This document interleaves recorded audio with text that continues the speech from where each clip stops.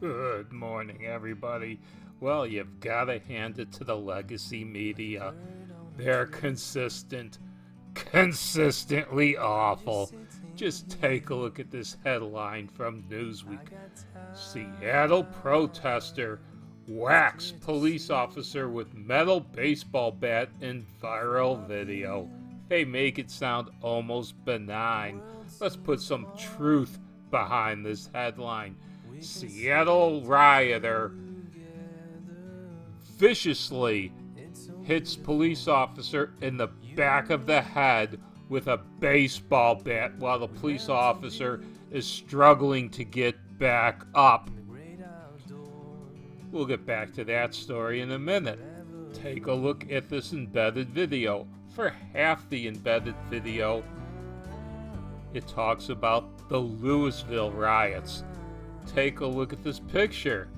Why, all those signs look handmade, don't they? But they're not. Just look at this viral video.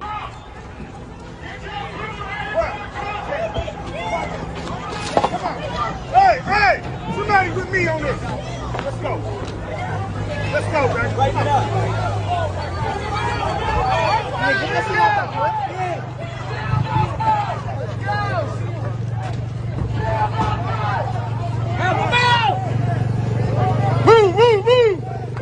And there's a story behind that viral video too. Let's go to PolitiFact.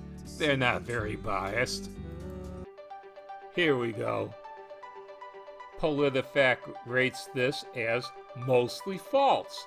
A U-Haul operated by Antifa activists distributed shields, weapons, and black bloc to protesters in Louisville, Kentucky, and is linked to a George Soros-funded initiative. Well, you see,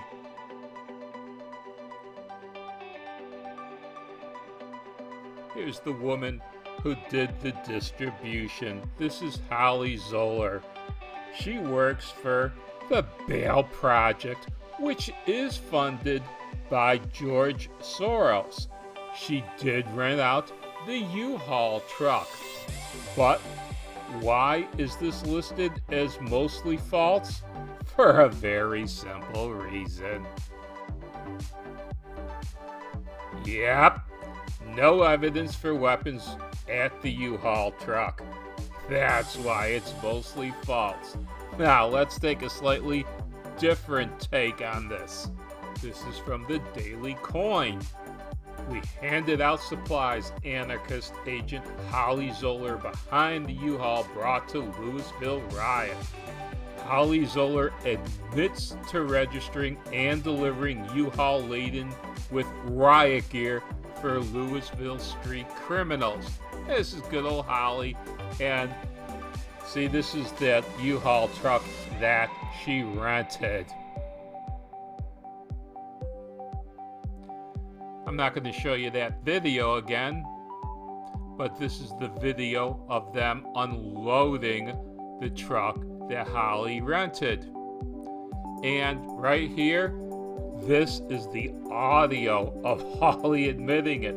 She catches on right at the very end that she isn't talking to people to U-Haul, and she tells them that they need to speak to her lawyer.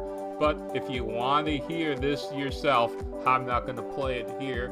Go to the dailycoin.org. It's not that hard to find. Now, let's get back to our main story, where these Seattle rioters tried to murder a police officer. Let's see how Newsweek talks about it. Video of a police officer being forcefully struck on the back of the head with a baseball bat has attracted national attention after protests swept across the U.S. in wake of the verdict in the Breonna Taylor case. They make it almost sound like this rioter was justified for trying to murder this police officer. The clip showed an officer with the Seattle department having fallen to the ground from his bicycle A protester is then seen throwing a cone at him before the officer reached for it and sprayed pepper spray into the crowd. There he goes. He was already being attacked by protesters. And does he reach for a gun? No, he reaches for pepper spray. Another demonstrator then approached from behind and struck the officer in the back of the head with what police described as a metal baseball bat, hitting his helmet. Does the officer go for his gun now? No, he doesn't. The officer continues to aim pepper spray at the crowd as he drags his bicycle towards the police line of officers. And I'm not going to show you this first video from Caddy Shackelford. Let's take a quick look at this one where it shows the police officer being hit. And you see you can maybe hear the rioters in the background. And if you look towards the middle of the picture, you'll see the officer fall down in just a few more moments.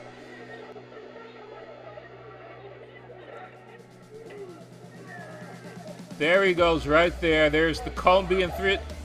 And, oh yeah, that was definitely a baseball bat that he got hit with. You see that guy just wound up and tried to murder that police officer? That was what that incident was all about. Police said the officer's helmet was cracked during the incident in the Pike Pine area of the city, and he was treated for minor injuries too. I sure hope they find this attempted murderer and he goes to jail for a very long time.